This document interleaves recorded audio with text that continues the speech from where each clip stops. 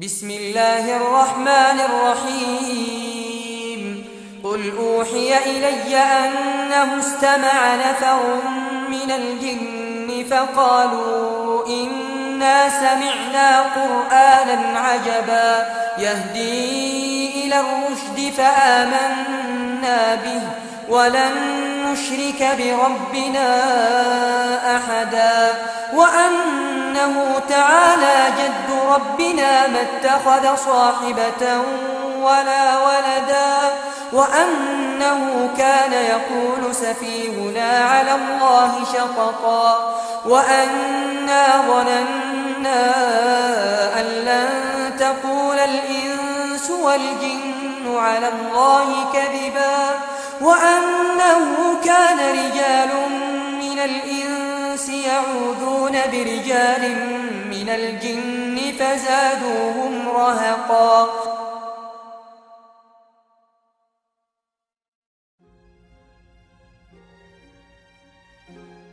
And of course, many of the people who are into the New Age are into astral projection and in contact with these spirit beings. And there really are spirit beings out there. They refer to them as the Masters of Wisdom, or the Great White Brotherhood, or the Enlightened Ones. And they believe that they are guiding society. These are actually demonic forces and demonic beings. And of course, they can materialize and disappear. The average individual says, oh, that can't be true. And yet it is true. And when you talk to the people who are dealing with this, they come in contact with us many times. They have accessed this other dimension, which is truly a demonic dimension. And of course, tragically, it's becoming increasingly apparent here in America as we turn our back on God, and we're not really a secular society. We've gone from being a Christian society to a secular society, and now a society dominated by the occult forces, of which are intent upon ruling the world. If it's true that the Roriks were in contact with the spirit realm, is it then possible that these same powers could have somehow influenced the design of the dollar bill? And I know some of this is review for people that have gone through this, but I still think for people that don't know this, it's important to understand these things. This is a dollar bill, which is the now devalued dollar bill.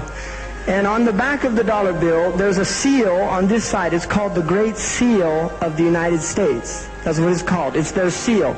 Now behind the seal, this is actually what is behind the Great Seal of the United States, is a pyramid with one eye.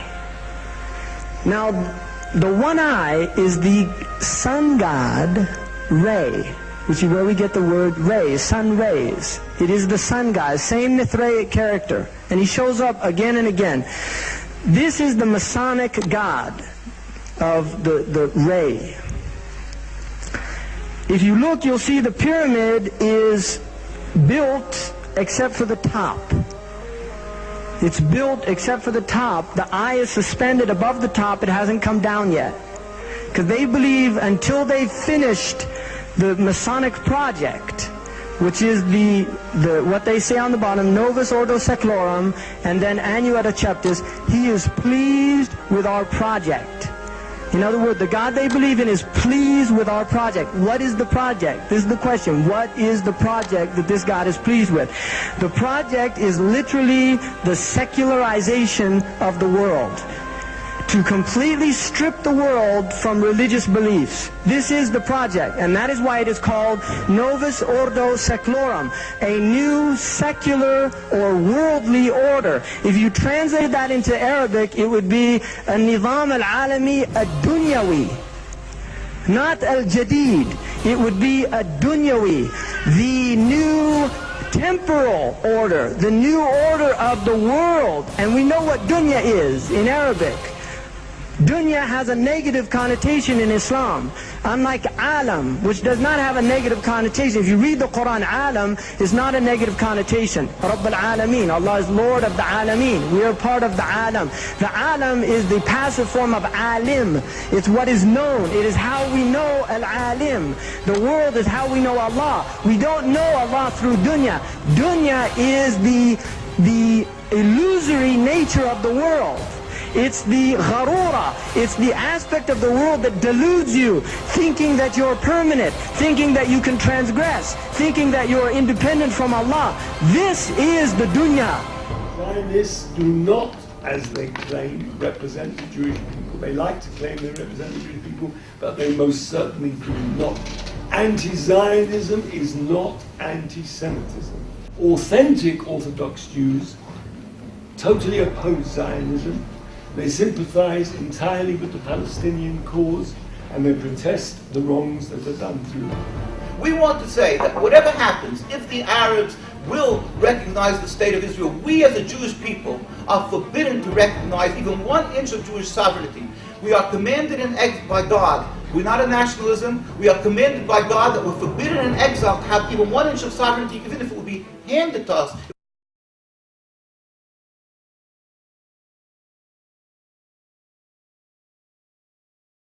وحرام على قرية أهلكناها أنهم لا يرجعون حتى إذا فتحت يأجوج ومأجوج وهم من كل حدب ينسلون واقترب الوعد الحق فإذا هي شاخصة أبصار الذين كفروا يا ويلنا قد كنا في غفلة من هذا بل كنا ظالمين. The Saudi army of Abdulaziz ibn Saud conquered Mecca.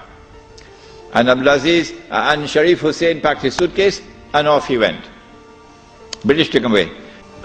And so Abdulaziz ibn Saud is now in control of Mecca and eventually Medina.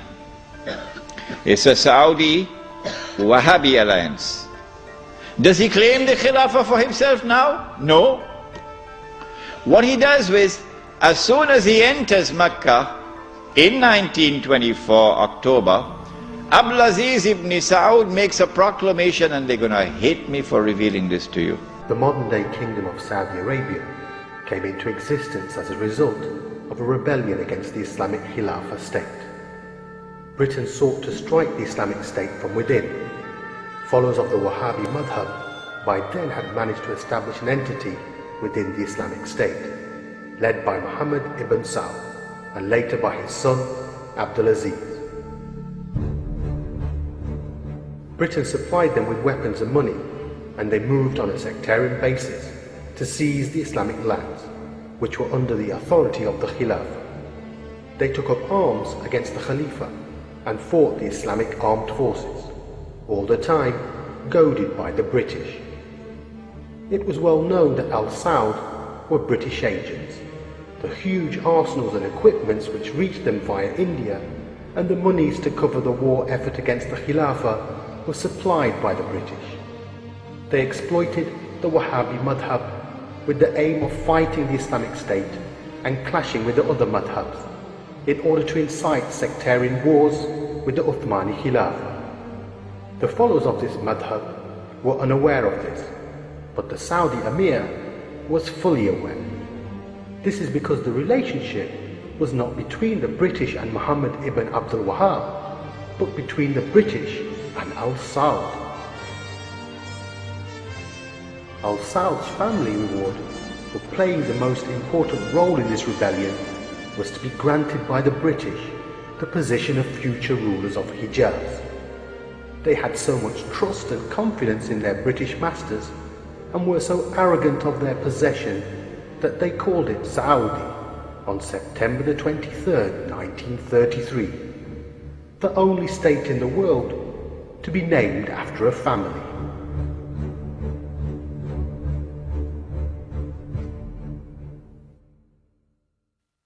Contrary to popular Western myth, it is the Saudis that are dependent on the US and not the other way round. The relationship is one in which the Saudi regime has no leverage over the US, while the US exerts almost total control over the regime with the power to remove the regime overtly or covertly.